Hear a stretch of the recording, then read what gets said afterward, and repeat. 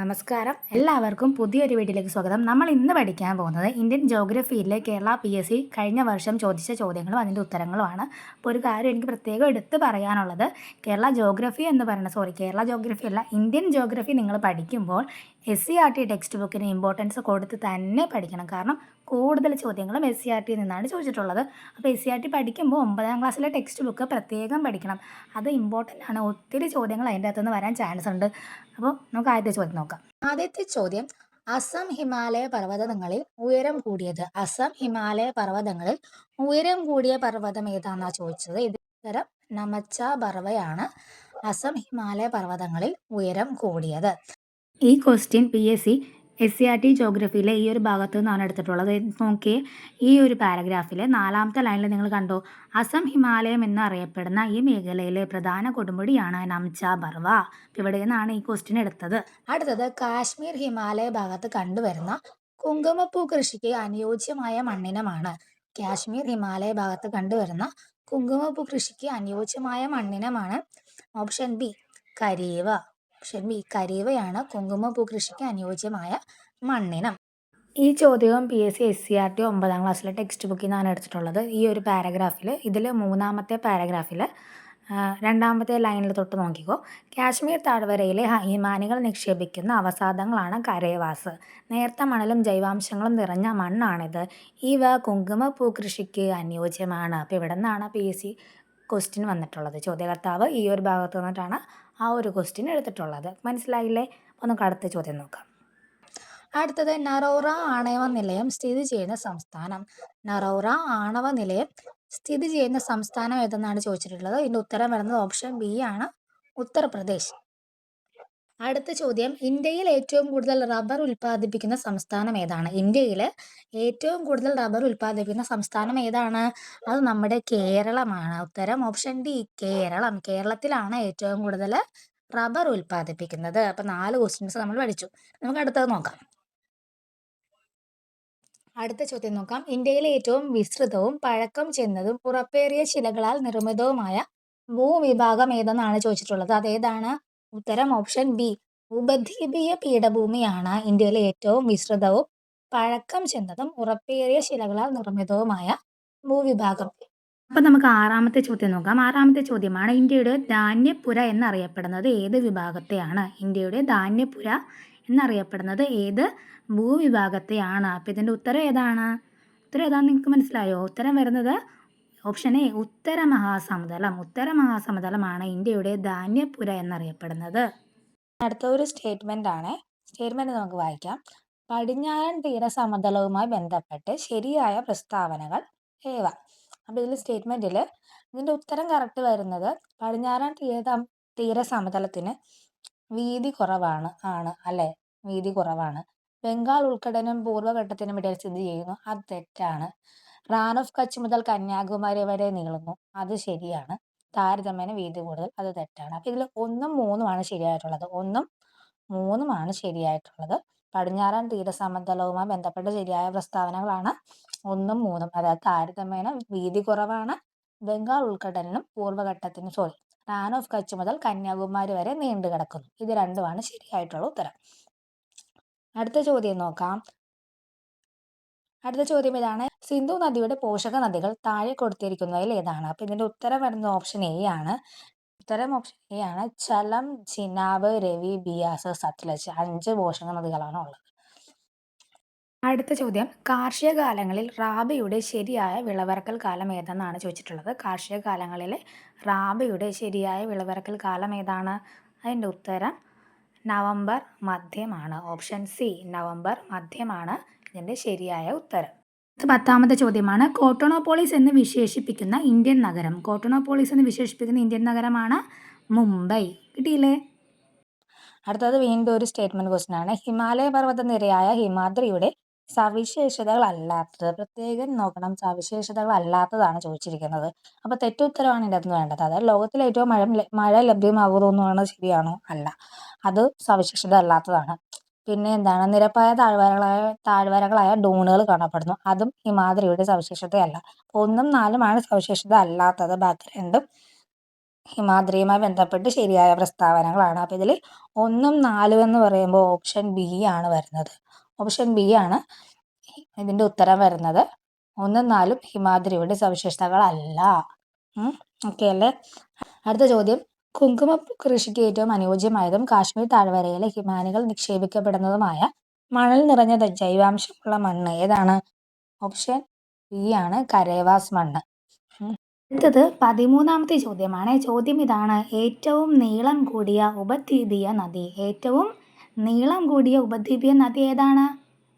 ഉത്തരം option B ഗോദാവരിയാണ് ഏറ്റവും നീളം കൂടിയ ഉപദ്വീപീയ നദി. കിട്ടിയില്ലേ? അപ്പം നമുക്ക് അടുത്ത ചോദ്യം നോക്കാം. അടുത്ത ചോദ്യം, താഴെ പറയുന്നതിൽ ഇന്ത്യയുടെ പടിഞ്ഞാറൻ അതിർത്തി ഏതാണ്? നമുക്ക് എല്ലാവർക്കും അറിയാം. ഓപ്ഷൻ ബി അറബിക്കടലാണ്. ഓപ്ഷൻ ബി അറബിക്കടലാണ് ഇന്ത്യയുടെ പടിഞ്ഞാറൻ അതിർത്തികൾ. അടുത്ത ചോദ്യം നോക്കിയേ. താർ മരുഭൂമിയുടെ രൂപീകരണത്തിന് കാരണമായ പർവ്വതനിര ഏതാണ്? താർ മരുഭൂമിയുടെ രൂപീകരണത്തിന് കാരണമായ പർവ്വതനിര ഏതാണ്? ഉത്തരം ഓപ്ഷൻ എ ആരവല്ലി പർവ്വതനിരകളാണ്. ഈ ആരവല്ലി പർവ്വതനിരകൾ തെക്കു പടിഞ്ഞാറൻ കാറ്റുകളെ തടഞ്ഞു നിർത്തുന്നത് മൂലം രാജസ്ഥാനിൻ്റെ പടിഞ്ഞാറൻ ഭാഗങ്ങളിലേക്ക് മഴ ലഭിക്കുന്നില്ല. ഈ ഒരു കാരണമാണ് ആ ഒരു ഭാഗം മരുഭൂമിയായിട്ട് മാറാൻ കാരണമായത്. അതായത് 6ാമത്തെ ചോദ്യമാണ്, നാഥുല ചുരം ഏത് സംസ്ഥാനത്താണ് സ്ഥിതി ചെയ്യുന്നത്?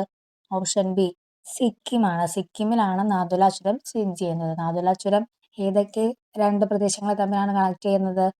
സിക്കിമിനെയും ടിബറ്റിനെയും തമ്മിൽ കണക്ട് ചെയ്യുന്നതാണ് നാഥുല ചുരം. അടുത്തത് 17ാമത്തെ ചോദ്യമാണ്, വടക്ക് കിഴക്കൻ ഇന്ത്യയിലെ ഏറ്റവും വലിയ ശുദ്ധജല തടാകമായ ലോക്തക്കിൽ സ്ഥിതി ചെയ്യുന്ന ചലിക്കുന്ന ദേശീയോദ്യാനം ഏതാണ്? അതായത് വടക്ക് കിഴക്കൻ ഇന്ത്യയിലെ ഏറ്റവും വലിയ ശുദ്ധജല തടാകമായ ലോക്തക്കിൽ സ്ഥിതി ചെയ്യുന്ന ചലിക്കുന്ന ദേശീയോദ്യാനം. ഉത്തരം എന്താണ്? ഓപ്ഷൻ എ ആണ് ലെംജാവോ ആണ് ഇതിൻ്റെ ഉത്തരം. ലോക്തക്കിൽ സ്ഥിതി ചെയ്യുന്ന ചലിക്കുന്ന ദേശീയോദ്യാനമാണ് കേബിൾ ലെംജാവോ. അപ്പോൾ നിങ്ങൾ ഇങ്ങോട്ട് നോക്കിയത് ഇതാണ് കേബിൾ ലെംജാവോ എന്ന് പറയുന്ന ചലിക്കുന്ന ദേശീയോദ്യാനം. SCERTയിലെ ടെക്സ്റ്റിലുള്ളതാണ്. വടക്ക് കിഴക്കൻ ഇന്ത്യയിലെ ഏറ്റവും വലിയ ശുദ്ധജല തടാകമായ ലോക്തക്കിലാണ് കേബിൾ ലെംജാവോ ദേശീയോദ്യാനം സ്ഥിതി ചെയ്യുന്നത്. അത് ഇന്ത്യയുമായി കരാതിർത്തി പങ്കിടുന്ന രാജ്യങ്ങളിൽ ഉൾപ്പെടാത്ത രാജ്യം ഏതാണ്? ഓപ്ഷൻ എ ആണ് തജിക്കിസ്ഥാൻ. അതൊക്കെ എല്ലാവർക്കും അറിയാമല്ലോ. അപ്പോൾ ഇന്ത്യയുടെ അതിരുകളോ ഇമ്പോർട്ടൻ്റ് ആയിട്ട് നോക്കിയിരിക്കണം. പിന്നെ അടുത്ത ചോദ്യം നോക്കാം. ഉത്തരപർവ്വത മേഖലയിൽ സ്ഥിതി ചെയ്യുന്ന ഹിമാചൽ പ്രദേശ്, ടിബറ്റ് എന്നിവയെ തമ്മിൽ ബന്ധിപ്പിക്കുന്ന ചുരം ഏതാണ്? ഹിമാചൽ പ്രദേശിനെയും ടിബറ്റിനെയും തമ്മിൽ ബന്ധിപ്പിക്കുന്ന ചുരം ഏതാണ്? അത് ഉത്തരം ബി ആണ് ഷിപ്കില ചുരം. ഉത്തരം ബി ആണ് ഷിപ്കില ചുരം. അടുത്തത് 20ാമത്തെ ചോദ്യമാണ്. അതൊരു സ്റ്റേറ്റ്മെൻ്റ് ആണ്. 20ാമത്തെ ചോദ്യം ഒരു സ്റ്റേറ്റ്മെൻറ്റ് ക്വസ്റ്റ്യൻ ആണ്. കാരക്കോറം പർവ്വതനിരയുമായി ബന്ധപ്പെട്ട ശരിയായ പ്രസ്താവന. കാരക്കോറം പർവ്വതനിരയുമായി ബന്ധപ്പെട്ട ശരിയായ പ്രസ്താവനയാണ് ചോദിച്ചിരിക്കുന്നത്. അപ്പോൾ ഇതിൽ ശരിയായിട്ടുള്ളത് 1ഉം 3ഉം മാത്രമാണ്. ഓപ്ഷൻ ഡി ആണ് ശരിയായിട്ടുള്ളത്. അതായത് 1ഉം 3ഉം മാത്രമാണ്. അതായത് കാരക്കോറം പർവ്വതനിരയിലാണ് ഗോഡ്വിൻ ഓസ്റ്റിൻ സ്ഥിതി ചെയ്യുന്നത്. അത് ശരിയാണ്. കാരക്കോറം പർവ്വതനിരയുടെ തുടർച്ചയാണ് ടിബറ്റിലെ കൈലാസ പർവ്വതനിരകൾ. അതും ശരിയാണ്. അപ്പോൾ 1ഉം 3ഉം മാത്രമാണ് ശരിയായിട്ടുള്ളത്. അടുത്ത ചോദ്യം നോക്കാം. ഒഡീഷയിൽ സ്ഥിതി ചെയ്യുന്ന പ്രധാനപ്പെട്ട ഇരുമ്പയിര് ഖനന മേഖലയാണ് ഓപ്ഷൻ എ സുന്ദർഗഡ്. അടുത്തത് ദേശീയ ജലപാത KN-W3 കടന്നു പോകുന്ന ഇന്ത്യൻ സംസ്ഥാനമാണ്. നമുക്കറിയാം ദേശീയ ജലപാത 3, അതായത് നാഷണൽ വാട്ടർവേ 3 കടന്നു പോകുന്നത് ഏത് സംസ്ഥാനത്തിലൂടെയാണ്? നമ്മുടെ കേരളത്തിലൂടെയാണ് അല്ലേ? കൊല്ലം മുതൽ കോഴിക്കോട് വരെയാണ് ഇത് ബന്ധിപ്പിക്കുന്നത്. അടുത്തത് ഇന്ത്യയിലെ പ്രധാന ആണവോർജ നിലയമായ റാവത്ത് സ്ഥിതി ചെയ്യുന്ന സംസ്ഥാനം. സ്ഥിതി ചെയ്യുന്ന സംസ്ഥാനം ഏതാണ്? ഓപ്ഷൻ എ രാജസ്ഥാൻ ആണ്. റാവത്ത് ഭട്ട എവിടെയാണ് സ്ഥിതി ചെയ്യുന്നത്? രാജസ്ഥാൻ. അടുത്ത ചോദ്യം നോക്കാം. ഇന്ത്യയുടെ സമ്പദ് വ്യവസ്ഥയുടെ നട്ടെല്ലെന്നറിയപ്പെടുന്ന പ്രദേശം എവിടെയാണ്? ഓപ്ഷൻ എ ഉത്തര മഹാസമതലമാണല്ലേ. ഉത്തര മഹാസമതലമാണ് ഇന്ത്യൻ സമ്പദ് വ്യവസ്ഥയുടെ നട്ടെല്ല് എന്നറിയപ്പെടുന്നത്. അടുത്തത് 26ാമത്തെ ചോദ്യമാണ്. തമിഴ്നാട് തീരത്ത് ഏറ്റവും കൂടുതൽ മഴ ലഭിക്കുന്നത് ഏത് മൺസൂണിൽ നിന്നാണ്? ഓപ്ഷൻ സി വടക്ക് കിഴക്കൻ മൺസൂൺ. വടക്ക് കിഴക്കൻ മൺസൂണിൽ നിന്നാണ് തമിഴ്നാട് തീരത്ത് ഏറ്റവും കൂടുതൽ മഴ ലഭ്യമാകുന്നത്. എന്നാൽ അടുത്ത ചോദ്യം നോക്കാം. പശ്ചിമഘട്ടവും പൂർവ്വഘട്ടവും സന്ധിക്കുന്ന പ്രദേശം ഏത്? പശ്ചിമഘട്ടവും പൂർവ്വഘട്ടവും സന്ധിക്കുന്ന പ്രദേശം ഏതാണ്? ഓപ്ഷൻ ഡി നീലഗിരി കുന്നുകൾ. നീലഗിരി കുന്നുകളാണ് പശ്ചിമഘട്ടവും പൂർവ്വഘട്ടവും സന്ധിക്കുന്നത്. അപ്പൊ നമുക്ക് അടുത്ത ചോദ്യം നോക്കിയാലോ. ഇപ്പൊ നമ്മുടെ 28ാമത്തെ ചോദ്യമാണ്. ഇന്ത്യയിലെ ആദ്യത്തെ ഓപ്പൺ റോക്ക് മ്യൂസിയം എവിടെയാണ് സ്ഥാപിക്കപ്പെട്ടത്? ഇന്ത്യയിലെ ആദ്യത്തെ ഓപ്പൺ റോക്ക് മ്യൂസിയം എവിടെയാണ് വരുന്നത്? ഉത്തരം ഓപ്ഷൻ ബി ഹൈദരാബാദ് ആണ്. ഏതാണ്? ഹൈദരാബാദിലാണ് ഇന്ത്യയിലെ ആദ്യത്തെ ഓപ്പൺ റോക്ക് മ്യൂസിയം സ്ഥാപിക്കപ്പെടുന്നത്. അടുത്ത 29ാമത്തെ ചോദ്യമാണ്. യുനെസ്കോയുടെ സാംസ്കാരിക പൈതൃക പട്ടികയിൽ ഉൾപ്പെടുത്താൻ 2022 ഇന്ത്യ നാമനിർദ്ദേശം ചെയ്ത നൃത്തരൂപം ഗർഭ ഏത് സംസ്ഥാനത്തിൽ നിന്നാണ്? ഗർഭ എന്ന് പറയുന്നത് ഏത് സംസ്ഥാനത്തിൽ നിന്നുള്ള നൃത്തരൂപമാണ് എന്നാണ് ചോദിച്ചിട്ടുള്ളത്. ഉത്തരം ഓപ്ഷൻ എ ഗുജറാത്ത്. ഗുജറാത്തിലെ നൃത്തരൂപമാണ് ഗർഭ. അടുത്തത് 30ാമത്തെ ചോദ്യം നോക്കാം. 30ാമത്തെ ചോദ്യം ഇതാണ്. ലോകരാജ്യങ്ങളിൽ വലിപ്പത്തിൽ ഇന്ത്യയുടെ സ്ഥാനം. ലോകരാജ്യങ്ങളിൽ വലിപ്പത്തിൽ ഇന്ത്യയുടെ സ്ഥാനം എത്രയാണ്? ഓപ്ഷൻ ബി 7ാം സ്ഥാനമാണ്. ലോകരാജ്യങ്ങളിൽ വലിപ്പത്തിൽ ഇന്ത്യക്ക് 7ാം സ്ഥാനമാണുള്ളത്. അടുത്തത് ഇന്ത്യയുടെ വടക്ക് പടിഞ്ഞാറായി സ്ഥിതി ചെയ്യുന്ന മരുഭൂമി. ഇന്ത്യയുടെ വടക്ക് പടിഞ്ഞാറായി സ്ഥിതി ചെയ്യുന്ന മരുഭൂമി ഏതാണ്? ഓപ്ഷൻ ബി ഥാർ മരുഭൂമിയാണ് ഇന്ത്യയുടെ വടക്ക് പടിഞ്ഞാറായിട്ട് സ്ഥിതി ചെയ്യുന്ന മരുഭൂമി.